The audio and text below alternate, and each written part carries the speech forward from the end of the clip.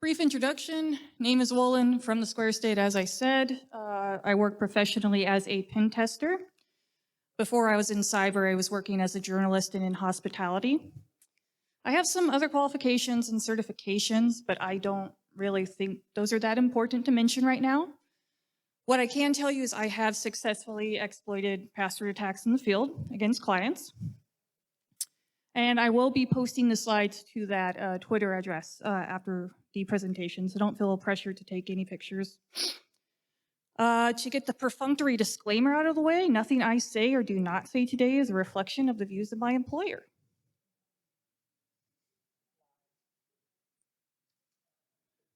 Okay, so I want to go back 20 years ago, like a little flashback sequence.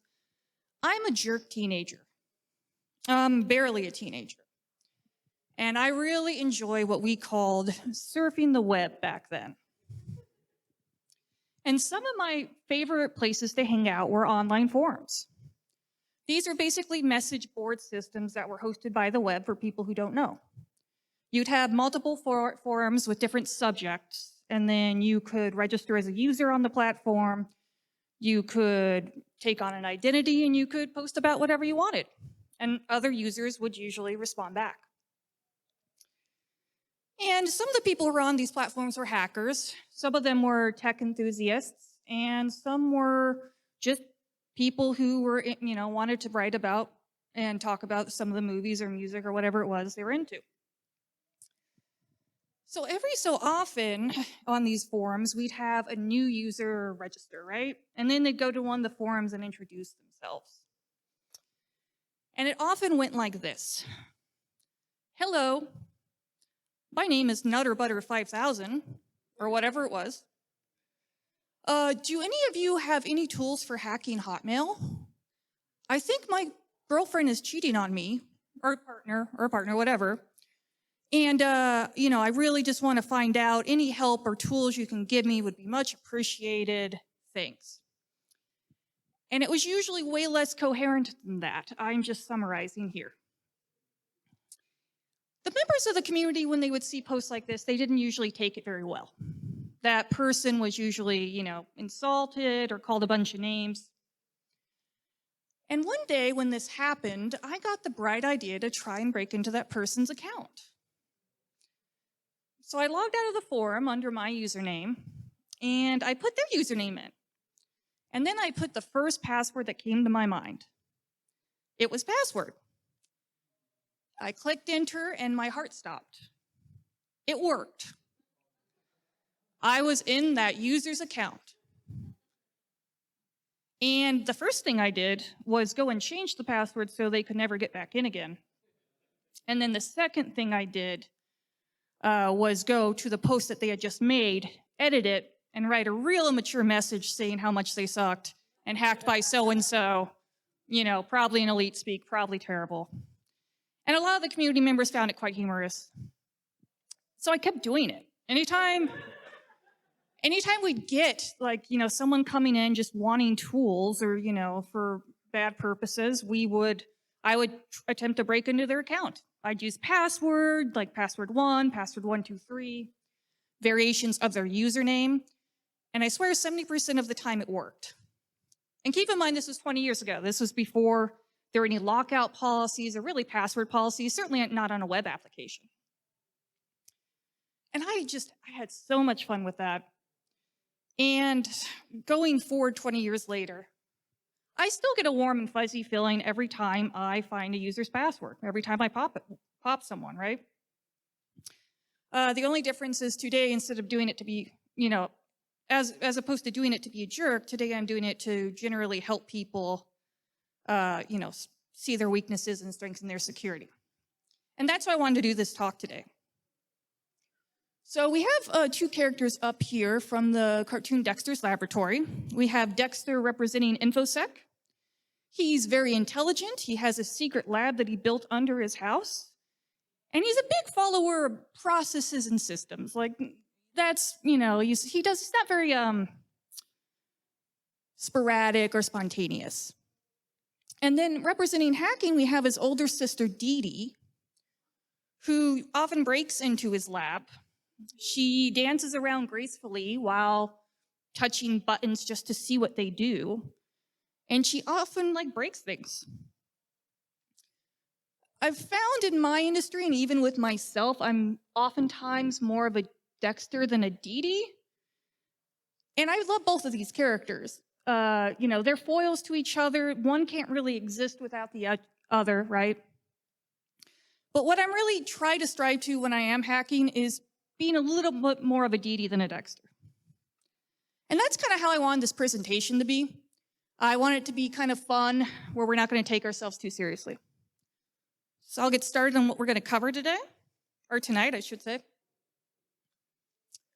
We're going to talk about password spraying and guessing and what the difference is. We're going to talk about word lists. We're going to talk about what a hash is and cracking hashes.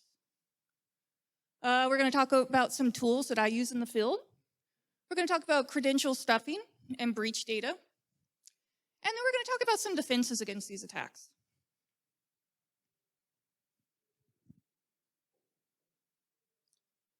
Some things we're not going to talk about in this talk, and I hope you're not too disappointed, are phishing and social engineering attacks, cloud stuff in general, and identity and access management. We're not going to talk about hardware to crack the hashes. I'm not going to do capturing or cracking Wi-Fi handshakes, and I'm not really going to go over authentication protocols. And it's not that I don't think these things are important. It's because I only have a finite amount of time, and also all these subjects could be talks in their own right. They really could. All right, so why do passwords matter? I had to add this slide. I'm sorry, I just had to. So Uber, about 72 hours ago, allegedly, I say allegedly because we don't know everything that has happened, had a breach. Apparently someone's credentials, their password and username got phished. And although multi-factor authentication was enabled, the attacker, kept sending pushes to their cell phone and then contacted them and social engineered them to approve the push, and it allowed them access. So once on the internal network through the VPN, they came across some PowerShell scripts that were just sitting around there. Don't really know why. They had hard-coded credentials in these scripts with passwords in clear text. And that basically gave them the keys to the kingdom and game over. Uber hasn't been having a great week. Just this week, they were also in court relating to a case of one of their security officers who allegedly, again, hit a breach in 2016. And this one's going to be a little bit harder to hide, though, because the 18-year-old who allegedly did it live tweeted all about it and showed screenshots. So they matter. Still. And no, go ahead. Good for them. I would never work for them, but that's just me. They're secrets, right? They're secrets that we have to memorize. They're secrets that have been used for computer access control since the 1960s. These things are results of the Vietnam War, right? They're shared because in order to authenticate, someone else on the other side, whoever you're authenticating to, has to know your secret. They're prolific. There's not one person in here who doesn't have a password on some type of platform. And because we as humans are the ones who create them, they're going to be inherently flawed. And that's going to produce a lot of weaknesses.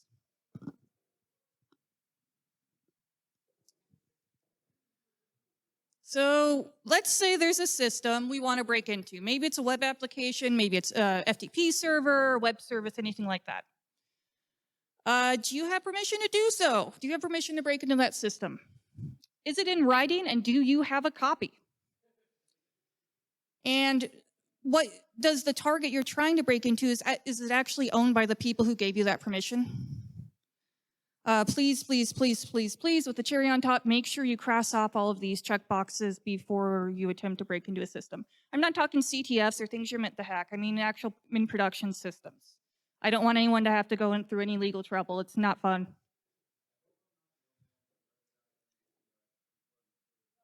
R.I.P. Phil Hartman, man. Tragic loss. So when I'm attempting to break into a client or a target, there are two things I do first, and they seem pretty obvious, but I guarantee you that I see this a lot. Are there any default credentials that are available for this target? And also, are the passwords just hanging out anywhere there on the internet, like for one of their platforms? Is that possible? This, I'm not going to name the vendor. This is a business intelligence framework. They have a number of user accounts outside of their admin one. They have one called Susie, one called Pat, one called Tiffany. I'm not sure where the names actually came from. I'd like to think it was like female 80s rock stars. But guess what the password is for all those? It's password. So, you can, and this is a screenshot taken from their manual. So the first thing I'm going to do if I'm trying to break into that system is try all of those usernames and see if maybe an admin didn't, shut them down.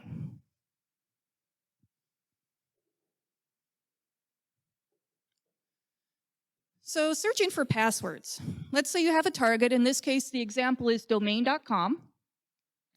I'm going to use some Google dorks just to see what's out there. Those are just parameters you can put into Google. Some of you are probably pretty familiar with them. To see if they have any, to see if there's the string password anywhere on their domain and what that entails. And the file type is basically looking for certain files, like maybe there's a PDF that mentions password that's tied to their domain. Those little things you can do to search. Dork search is one that makes those kind of search queries for you. Some of them get pretty advanced.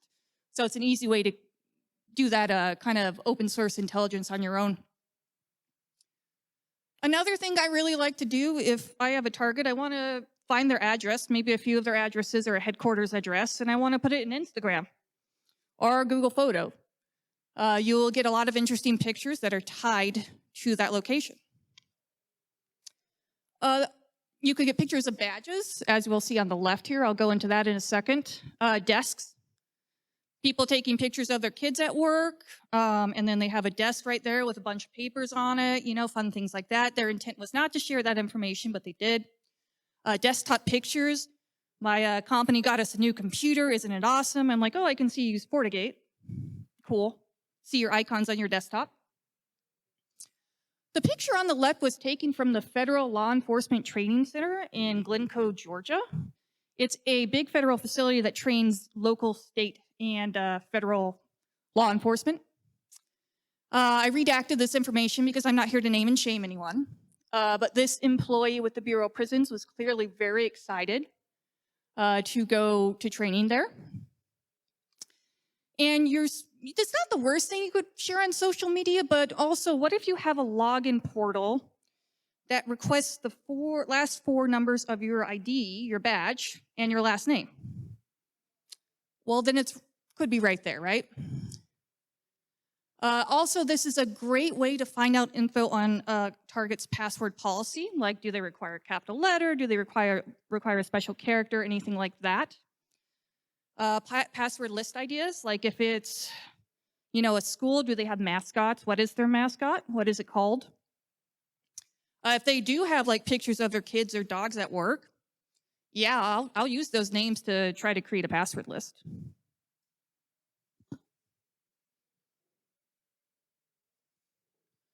All right, I just want to talk about some basic lingo. There's password guessing. All that is you're submitting a list. You're submitting a password and a username, and you're seeing if it works. Simple enough. You can often use automated tools to do that a lot quicker than the manual way. And it can be a little bit loud. And if there is any kind of lockout policy on the system you're targeting, you could end up locking out an account. Password spraying is just another type of password guessing, except it's a little bit more careful. You have a bunch of usernames and one password, and you might try that one password against all of them to see if anything pops. And then you'll usually, wait 15 to 20 minutes or so, depending on the lockout. It's a little bit stealthier too, but they can be, it can be loud too, depending on the alarms you have enabled in your environment.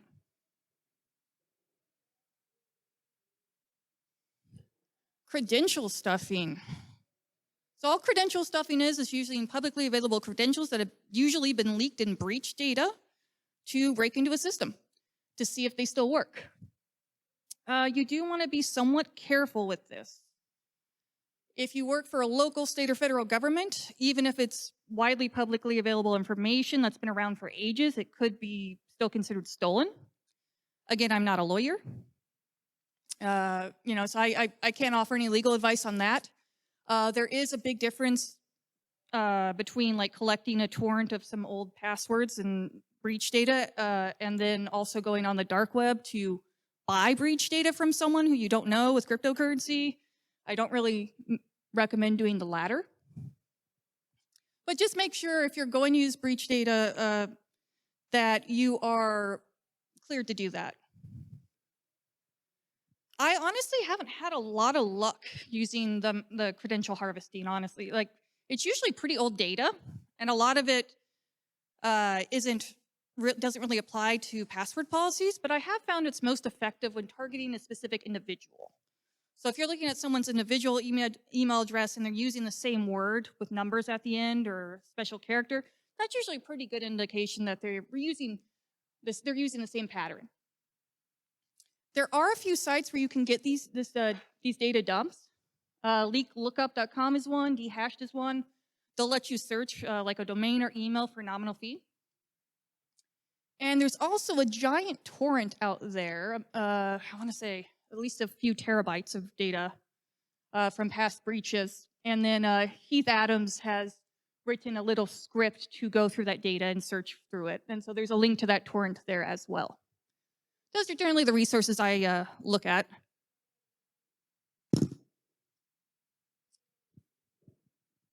All right, brute force attacks. Getting the lingo out of the way, this is a very time-consuming password attack.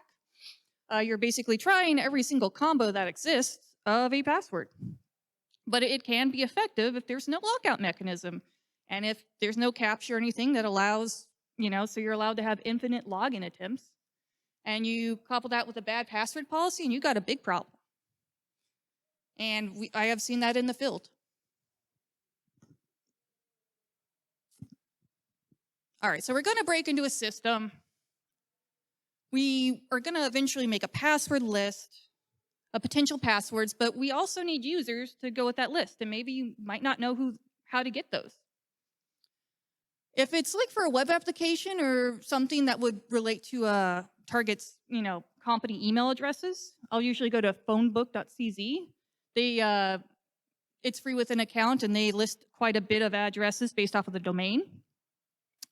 Hunter.io does the same thing, but it's very limited for free. What I do like about them is they will tell you usually what pattern that target is using, like their naming convention. Is it a first dot last name? Is it first initial last name? What have you. So that's also very useful. We've gone over public breach data. Oftentimes, look at the company website. A lot of schools will have, directories. A lot of companies will have directories. And they're just publicly out there. It's a great way to get that information for current users. LinkedIn's another great resource. You have a bunch of people. You can usually write a script to put those names from the website into whatever naming convention their email addresses are. And then there's a harvester. It's a nifty little Python script that can search through basically all those resources. Some require API keys. But I put an example of the command you could put in there, -d for your domain, domain.com being our target domain as an example, and then B will go through all the options. Now, if I'm attempting to break into like an FTP server, SSH server, something like that, a web service, I'm going to use and start anyway with some usernames on the right there. And those are usually some very generic ones that may have not been disabled.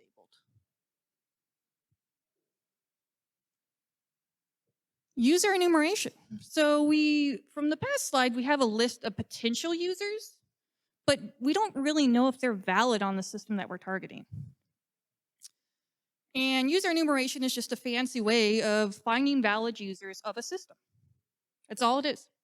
And it usually involves submitting input to a host and our application or system and looking at the responses you get back. So the password and or username is incorrect if you're logging in. That doesn't tell us anything. I don't know if it was the username that was wrong or the password. Maybe I'm trying to reset a password and it says invalid user. Well, that might be a good indication that that user doesn't exist, but we don't know for sure. Okay, so we're doing user registration. The user account already exists. That's perfect. That tells me that that user is valid and on that system. And if you put all this into like an automated tool, like a web proxy or anything, and you're doing it quickly, you can usually get a good idea of what users are valid on the system and what aren't. Sometimes you don't have the opportunity to do that. Sometimes you have to go in blind. It really depends.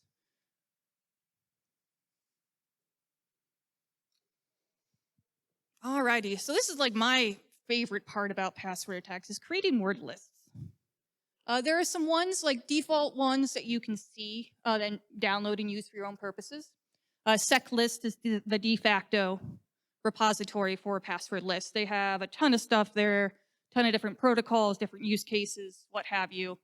Weakpasswords.net is also a useful resource that TrustedSec puts out. It's a quarterly kind of list. So it will, like right now, it have like August 2022, exclamation point, and like seasons, dates, months. And it's really useful if you are targeting a place where they change their passwords quarterly. The employees are forced to do that. Custom lists. I think custom lists are going to be the best way to break into any system. Truly. Seasons and months are popular. Sports teams. Like if I was here, you know, I was doing an assessment today in Indiana, I'd probably say Colts 2022, exclamation point, go Colts, you know, things of that nature because football season has just started, right? Pets, like I said, children, school mascots, variations of default passwords. So sometimes people are lazy. If your default password is let me in, maybe try different variations of let me in with numbers at the end. See if anything takes. Yep, company name's a good one. And then there are a few tools. Cool will actually scrape a website. So kind of going into that company name or terms that they like to use. It'll generate a list for you. It can also find emails. Crunch is my favorite tool to use on the command line, Linux command line. I'm not sure if they make it for Windows. Crunch and Cup are both Linux, I'm fairly certain.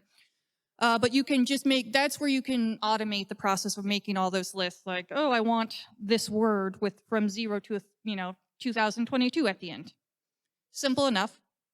Cup I really like because you can actually put an interactive, it will ask you questions and you can put in answers and then it will make passwords based off of that. So like someone's kid's name, someone's birthday, etc.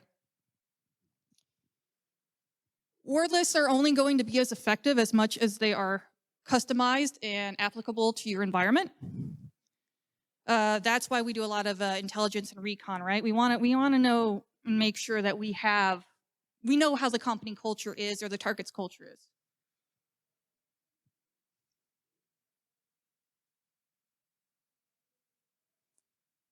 So if we're going to attempt password attacks against the web application, there are a few tools that we can use. There's Burp Suite Professional's intruder function. Unfortunately, that does require a license, and you do have to pay money. The community edition that they have is not good for password attacks. But that's okay because OWASP, the Open Web Application Security Platform, also has a web proxy tool called ZAP, and that's the fuzzer functionality that you would use for password guessing. And all these are just proxies. So they sit between you and the website or web application, and you can look at the traffic going to and from. And you can also modify that traffic.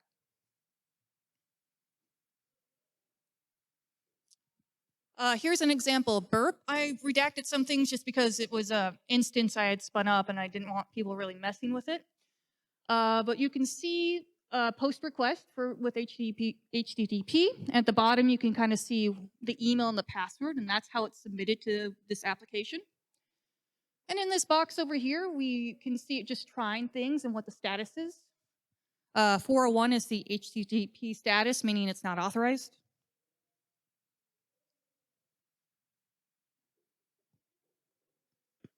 And then ZAP is similar. It's not as intuitive, I don't feel like. They're they've come a long way. The user interface isn't exactly intuitive to me, but it's the same principle. You have these little fields, and then you have a list, and those little items in the list go into those fields, and then you're trying different payloads with a username and password.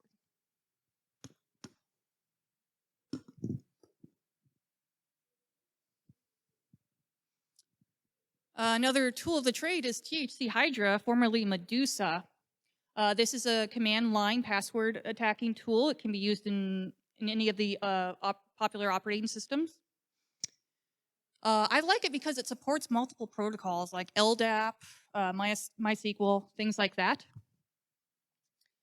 And so that first command there, we're going to take a list of users and we're going to take one password. This is an example of password spraying. The 127.0.0.1 is not a real address. I'm just putting it there as an example. Obviously, it's a loopback address. So the capital L, we got a list of users. These are users I found either through user enumeration or through open source intelligence. Then I'm just trying to see if password 321 exclamation point will work on an FTP server. And then down below, we just kind of have an example of rapid guessing. We have a users list, and then we just have a password list, and it will try that password for every single user on there, and that would be through SSH. So you put the protocol at the end.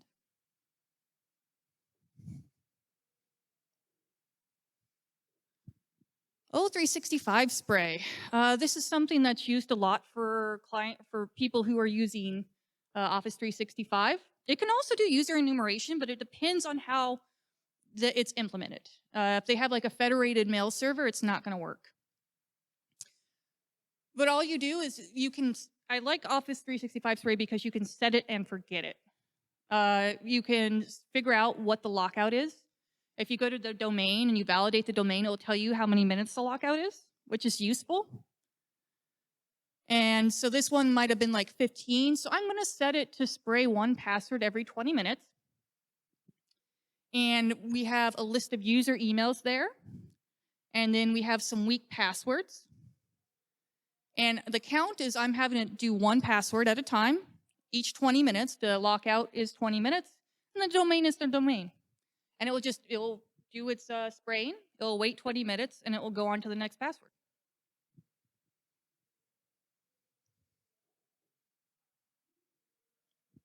So that was online password attacks.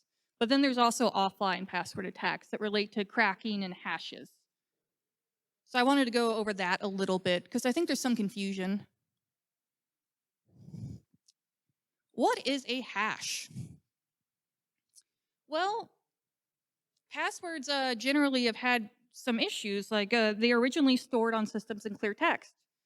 Well, the problem with that is if someone breaks in, they have access to all your passwords and they can read them right there. But passwords have to be stored somewhere, at least at this point. And so the best way that we've come up as humans to do that is through hashing. And all it is it's a one-way function that takes a string, like cartoon. It does some math stuff to it, and it comes with a result like that. And that's an MD5 hash, by the way. And when I say one way, I mean it can't be reversed. And it does this by trapdoor math functions. So this is an extremely simple example, but if I gave you 1093 times 1039 and said, tell me what the answer is, you can tell me, oh, it's 1,135,627. But what if I just gave you that answer and said, okay, I need you to find two prime numbers that multiply together to get this result? Not as easy. Hashing does the same thing, except it's way more complicated. And sometimes, like with hashing algorithms, algorithms are just the way that the mathematical way it gets hashed. Some of them are called MD5, SHA-512. And then a lot of times when things are hashed, then the hash will be hashed, and the hash will be hashed. And it does that, keeps doing that over and over again for security purposes. That's all that is.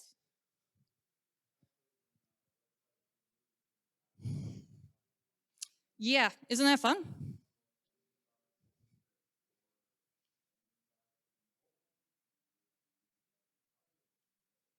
Yep, I've seen it. So I just wanted to highlight, it's related, hashing is related to encryption. It's not the same thing though. Again, we're talking about a one-way function. where clear text isn't supposed to be able to be recovered, right? And that's the entire point. If someone breaks into a system and they see a list of hashes, they're not going to immediately know what those passwords are. And encryption, it's a two-way function. You're made to be able to decrypt that data if you're, if you have the keys. Okay, so that's great, but if it's a one-way function, then how do passwords work between, someone who's trying to authenticate and the server that's doing the authenticating? Well, what basically happens is when you input a password somewhere, it will get hashed. That's usually called a crib. And then that hash will be compared to the hash that the authenticating party has stored. And then they'll see if it matches. Cracking hashes is the same way. Very similar. What you'll often do is you will take a word, you'll hash it, and then you'll look at the hash that you have and see if it matches. And if it does, it's obviously it's the same thing. If not, it's not. Keep in mind, I have some really easy examples over there, but as the password complexity increases, it's going to be harder to crack that hash. But if we look at those strings and their hash equivalents, those are called rainbow tables. That's all it is. You have strings of the regular word, and then you have the hash it would be under whatever algorithm. Project Rainbow Crack has a number of very useful rainbow tables. And then crackstation.net, that's an online tool that you could use to crack hashes. Usually it's simpler word lists. But it can also be pretty useful. It depends on the complexity of your hashes and whether or not they're salted. Rainbow tables won't work with salted hashes. And let's talk about what salting is. So, like the example before, I have the word cartoon. And say I have like a random thing I'm going to append to it, and it's random for every user. So maybe moo at the end, and then that gets hashed. Say someone else has the cartoon password and they put in boo at the end, and that gets hashed. Those hashes are going to be different. Salting is just injecting randomness into the password before it's hashed. So that way, rainbow tables won't work.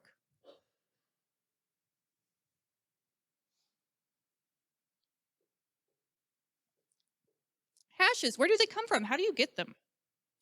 Well, usually if someone has your hashes, there's been a little bit of a boo-boo. Yeah, I had to, sorry. But, usually compromise happened and hashes were dumped or copied by someone. Maybe they were intercepted via traffic, depending on the hash. They were left exposed somewhere where someone could just download them. Or in a good scenario, maybe you're doing a password audit and you extracted them yourself.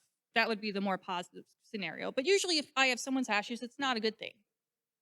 And that's when you can start cracking them.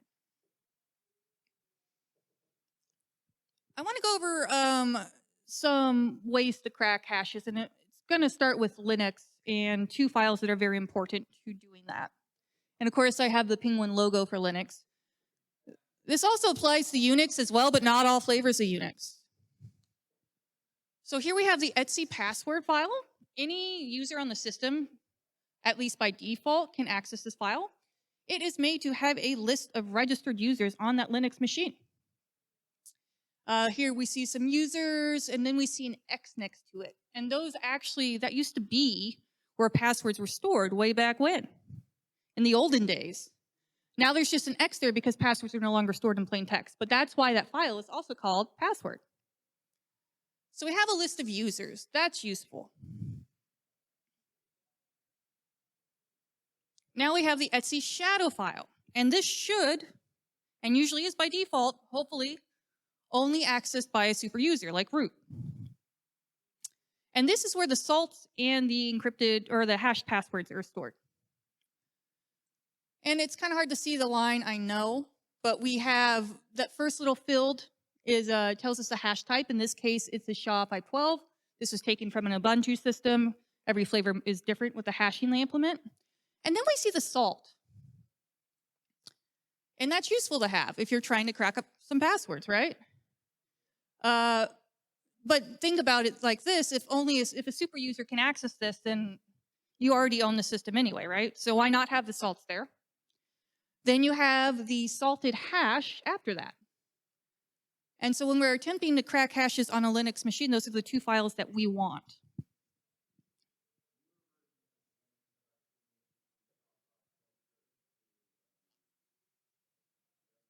Yep. I see that on Kali. I haven't seen that on Ubuntu yet.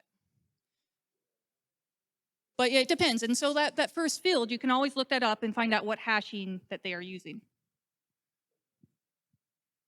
So I'm going to talk about some Windows hashes as well. Active Directory stores a lot of different types of hashes, but I'm going to focus on two. And this is like this output you see at the top. That would be like if I had taken over a Windows machine and dumped the hashes from the memory, like using maybe Metasploit or another tool. So I've already compromised one machine, right? I dump the hashes and they look like that. Well, first we have the username field for administrator. We got a user ID. Then we have what's called a landman hash. This is a very, very old, weak hash. Yeah, and this one's actually empty. Usually when you see 404E and 404E, that's a good indicator that it's empty. But they are still kept around every so often for legacy systems. Then we have NT hashes. They're also kind of kept around for legacy purposes as well, but it's a little bit more secure than a landman hash. Landman's ancient, NT's only slightly old. And a lot of people call them NTLM hashes. Technically, NTLM is the authentication protocol, not the name of the hash, but it's semantics. NTLM hash, whatever you want to call it. I'm not going to be picky. Yep. So, yeah, here's what I was going to highlight. Okay, so Windows doesn't salt their hashes. Linux does, Windows doesn't. A lot of times, like I said, these are used to make sure old programs will work well with the domain, and they just have not implemented that. It's more for ease of use.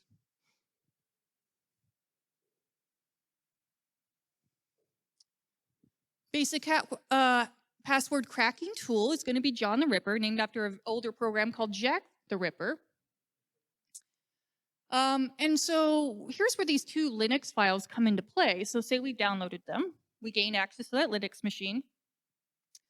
John has a program called Unshadow, and basically it takes these two files and it puts them into one little file that can be cracked. So here we're using Unshadow and taking those files and putting them in a file called passwords.txt. And then John is I usually use it for some simple stuff that's not as complicated, but you can use Wordlists there. There are a variety of options. But if I just wanted to crack those passwords with a word list, there's a way to do it.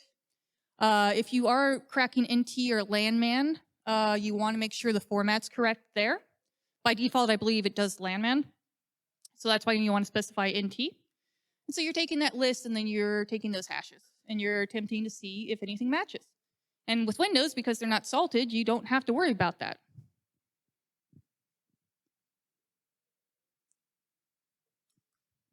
All right, Hashcat. Hashcat is by far the best password cracking tool that is out there today. And it will continue to be. It is an amazing tool. It's very customizable. It works well with a lot of hardware, and it can get very complicated. I'm only going to go over a few modes. I can't do a whole talk on Hashcat as much as I'd like to. -M is the type of hash that is being used. This is specified by numbers. And -A is the type of attack that's being used. And we'll go over those right now. I just want to give some examples of those commands. So like say you have -M, that's going to be MD5, -1000 NT, 1800 SHA-15, or 512, sorry. Then we have attacks. One is just a basic word list attack, 3 brute forced. Then we have word list and mask and word list. I'll get into that soon.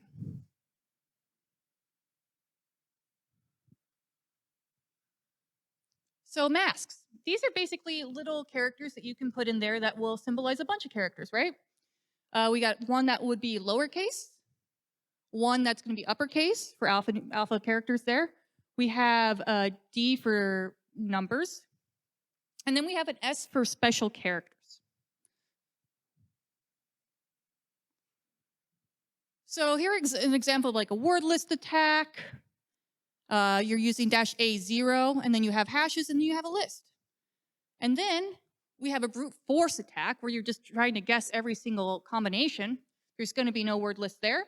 And so we have our masks there. So we have one uppercase character, three lowercase characters, one number, and one special character. Oftentimes when special characters and numbers are required, people are going to put those at the end.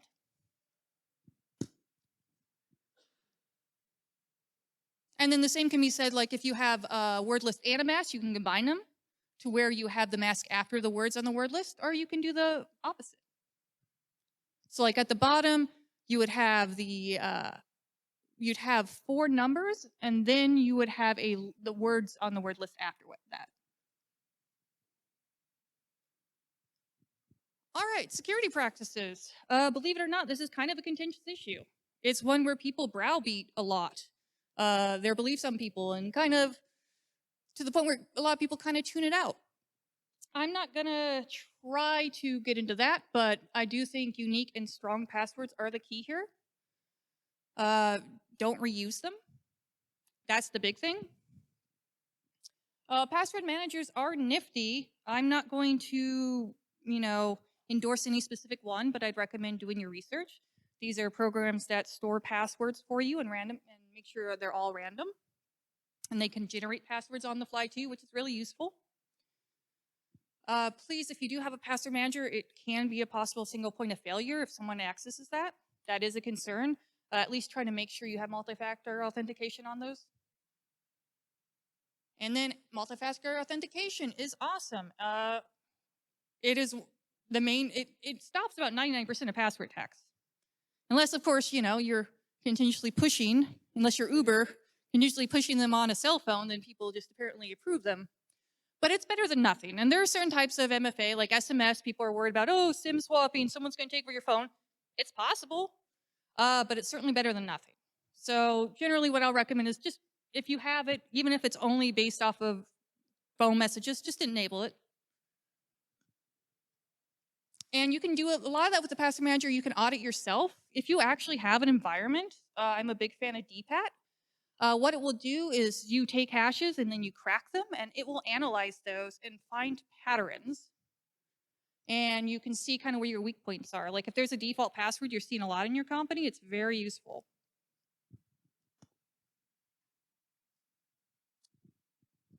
So one thing I want to talk about, the elephant in the room. You could say, Woland, what about those passwordless applications? I hear that's the future. Secure and passwordless future. It is. You have FIDO, which is a trade group that has partnered with the World Wide Web Consortium, which does a lot of international standards for the web.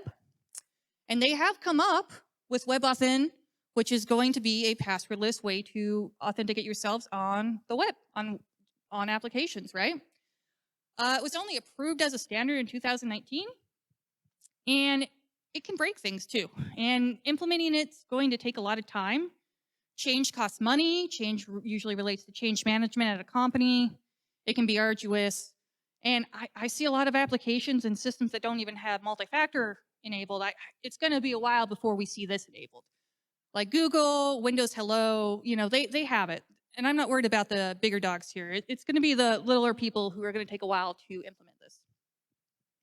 But all it is asymmetric encryption. It's a private key and a public key.